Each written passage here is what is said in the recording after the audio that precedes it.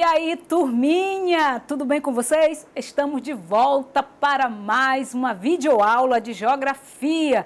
Esta aula, é claro, é para você da segunda série do ensino médio. Eu sempre falo que é um prazer estar aqui contribuindo com você nesse processo ensino-aprendizagem, para que esta aula chegue até você com qualidade. Eu conto com o meu intérprete aqui, amigo Moisés. E aqui nos estúdios eu tenho o Beto, o Jamerson, a Silvia. Eu já quero aqui agradecer ao pessoal da secretaria que também sempre está contribuindo com a gente aí durante a semana, tirando aquela dúvida, dando aquele incentivo para que essa aula chegue até você com toda a qualidade que você merece, para você estar ampliando aí o seu conhecimento na área da geografia. Como vocês sabem, eu sou a professora Miriam Lira e ministro aula de geografia na rede estadual do estado do Acre. E vamos ao que interessa. Hoje nós vamos falar sobre a industrialização brasileira. Nós sabemos que quando a gente fala de indústria, a gente lembra aí da Revolução Industrial, primeira, segunda, terceira. Mas como a gente vai falar da Revolução no Brasil, a gente vai destacar as características da Revolução Industrial no Brasil, destacando aí também os períodos que ela ocorreu, as mudanças que ocorreram aí ao longo do tempo na industrialização brasileira. Então vamos lá. Vocês sabem que o Brasil ele foi chamado de industrialização tardia, não só o Brasil, como todos os países subdesenvolvidos. Por que que isso aconteceu? Quando a gente fala um país de industrialização tardia, quer dizer que quando a industrialização estava bombando lá fora, estava dando certo tudo que é canto, o Brasil ainda estava engatinhando aí na questão da industrialização.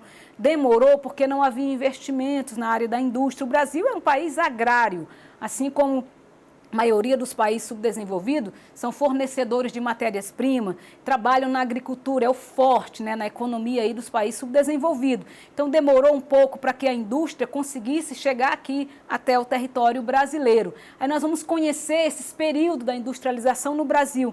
O que aconteceu em cada período e como está a industrialização brasileira atualmente. Ok? No primeiro período foi em 1500, 1808, ela não era tão significativa. Como eu falei para vocês, o Brasil era um país agrário, mas já se destacava um pouco a indústria aí na agricultura mesmo. O que se tinha nesse período aí? Ainda era o período da escravidão, exploração do território, exploração das riquezas existentes aqui. Né? Então, não era muito expressivo aí a industrialização aí nesse primeiro período.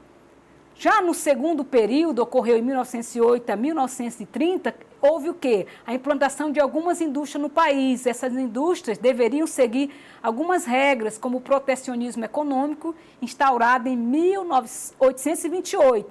O que é esse protecionismo? Seria taxas cobradas para os produtos que saíam do país, ou produtos que entravam, para que valorizasse o produto nacional. Então, se haveria essa exportação, haveria taxas cobradas nesse produto que saía do país. Então, já começou aí nesse segundo período com o protecionismo aí na área industrial, ok? Tranquilo? Terceiro período foram realizados avanços no setor de transportes, com a abertura de ferrovias e rodovias, né? Destacava-se a Petrobras, né? Por isso que houve esse avanço. Observou-se também o desenvolvimento do setor energético do Brasil e de logística. Vocês sabem que para que a indústria caminhe, para que o desenvolvimento caminhe, é necessário esse investimento nos transportes, nas rodovias e nas ferrovias. Com destaque para isso, com melhoria nos transportes, deu um pouco alavancada aí na questão da indústria. Até hoje, sem o transporte, sem a comunicação, é impossível, né, que se tenha aí a exportação e a importação de mercadorias. Então, são fatores fundamentais para que aconteça, de fato, uma boa industrialização, para que ela consiga avançar aí pelo território brasileiro. Ok? Já no quarto período, esse aí, 1956, né, atualmente, a internacionalização, houve aí a importância do governo de Juscelino Kubitschek. Ele conseguiu a entrada de capitais, recursos financeiros externos. Nesse período teve início em maior escala a internacionalização da economia brasileira através das multinacionais. Quem não lembra aí o que é as multinacionais? Né? As empresas que têm sua sede num país de origem e têm filiais em vários outros países. Então, as multinacionais contribuíram aí no quarto período com o surgimento dela. houve essa melhoria aí na industrialização. Houve também a grande expansão da indústria de bens de consumo, não duráveis e duráveis, com a produção inclusive de artigos sofisticados, automóveis e eletrodomésticos. Deixa eu esclarecer para vocês aqui a diferença entre bens de consumo duráveis e não duráveis. Quando eu falo de bens de consumo não duráveis, eu estou falando dos alimentos, medicamentos, roupas, esses produtos aí que estavam se expandindo aí no quarto período.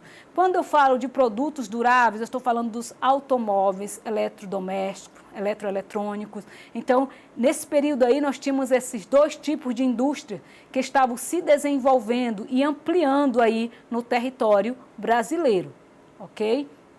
Esse gráfico aí faz um pouquinho do resumo aí sobre desde o primeiro período até o quarto período. O primeiro período, 1500 a 1800, havia proibições, né? Havia limitações sobre produtos estrangeiros, entrada ou retirada, né? No segundo período, 1808 a 1930, houve a implantação da primeira fase e segunda fase da indústria brasileira. Os investimentos aí, houve a melhoria, como eu citei, nos meios de transporte aí, as ferrovias, surgimento aí também dos combustíveis, né? A Petrobras ajudando aí. Então, houve essa situação. O terceiro período também foi melhorando cada vez mais, até chegar ao quarto período, a internacionalização da economia. No quarto período, o que a gente pode observar aí no quarto período? Que houve um aumento das exportações brasileiras. Nós contávamos aí com uma grande produção, tanto em bens de consumo duráveis e não duráveis, e aumentava-se também a melhoria aí nos meios de transporte e comunicação, o que veio facilitar a exportação, porque é bem melhor, gente, exportar do que importar, né? Então, essa situação foi melhorando gradativamente, como até hoje vem melhorando a questão nos portos de exportação aí do Brasil, ok? Tudo bem, gente, até aqui? Nós podemos praticar, podemos ir para a atividade para fazer algumas perguntas, para ver se você entendeu o conteúdo? Então, vamos lá. Nossa primeira questão, sobre a indústria brasileira, sua concentração e desconcentração espacial, a alternativa correta é: letra A, a industrialização brasileira foi tardia ao longo do século XIX, concentrando-se na região sudeste do Brasil, reproduzindo as desigualdades regionais, sociais e econômicas.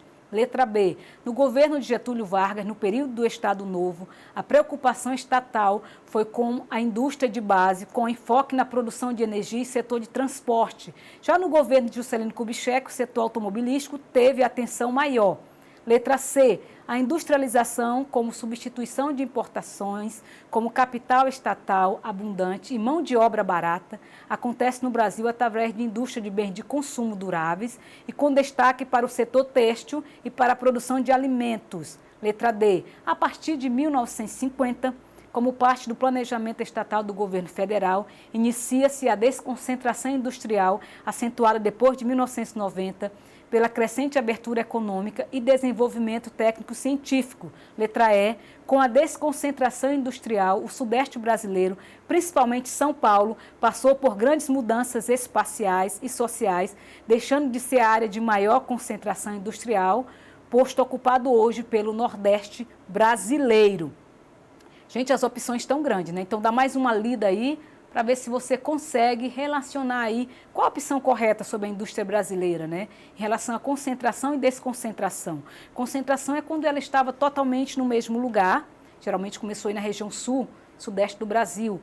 Com o passar do tempo, ela se expandiu para outras regiões brasileiras. Essa expansão é chamada de desconcentração industrial.